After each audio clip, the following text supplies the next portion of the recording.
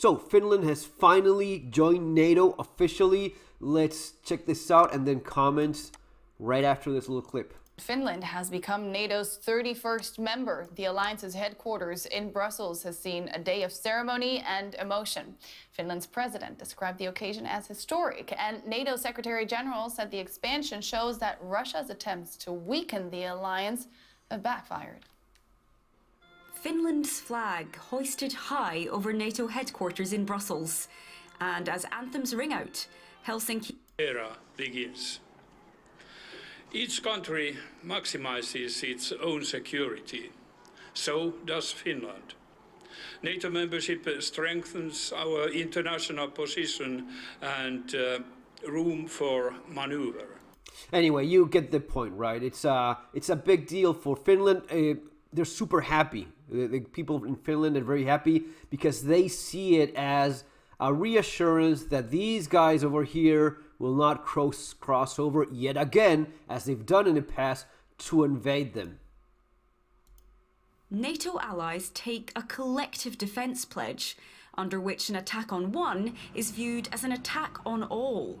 That means Finnish troops are now bound to protect other members of the military alliance. And Finland, which shares a long border with Russia, can now count on backup from NATO allies like the United States, France and Germany. This is a day of joy because Finland is gaining more security and NATO is getting stronger by the membership of Finland. Yeah, that's also something to consider. You're talking about a very well-equipped, very well-regulated military force in Finland. I think it's 200,000 that they have ready. And this is no backwater country. It's a country that's been preparing for many, many decades to defend itself against Russia.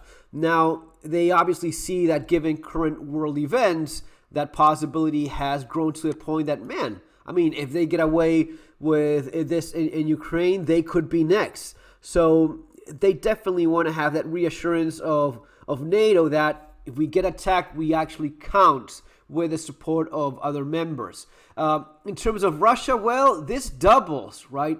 The border, I was just checking that out. Yeah, there it is. Finland, NATO's membership doubles alliance border with Russia in major blow to Vladimir Putin. So that's one of the things to keep in mind. In NATO now, I mean, the old excuse of, oh, we have to invade Ukraine because NATO is getting closer. Well, now definitely NATO is right there. I mean, it's all NATO. You have Estonia, Latvia, you have Lithuania, you have Poland, which is already bordering with this part that is actually Russian. So this was all already the case. Now, officially, these guys were very well prepared, but now even more so. The idea of them, it would have never been likely that Russia would have dared invade Finland because that's not the same as going after Ukraine.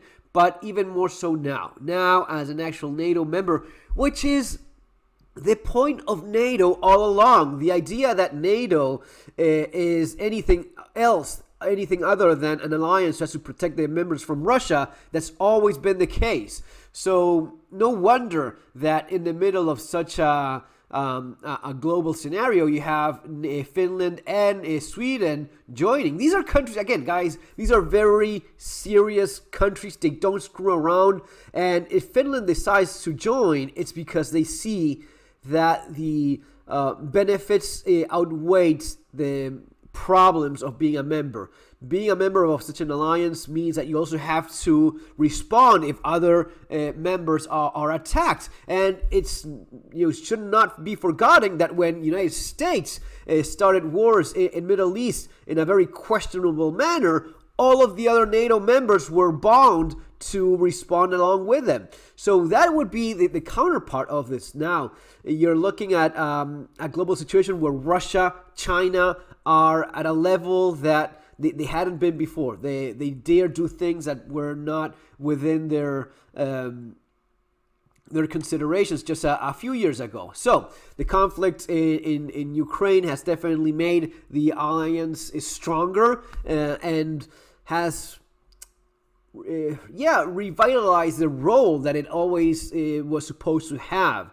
It used to be, even just a couple years ago, Trump was questioning even the existence of NATO. Why would we even have this if you guys are not carrying your own weight? This idea with all NATO members, you're supposed to spend a certain percentage of your GDP in military, which usually translates into military contracts for some of the largest weapon manufacturers in the planet, which usually benefits the American economy. So there's a lot of that as well.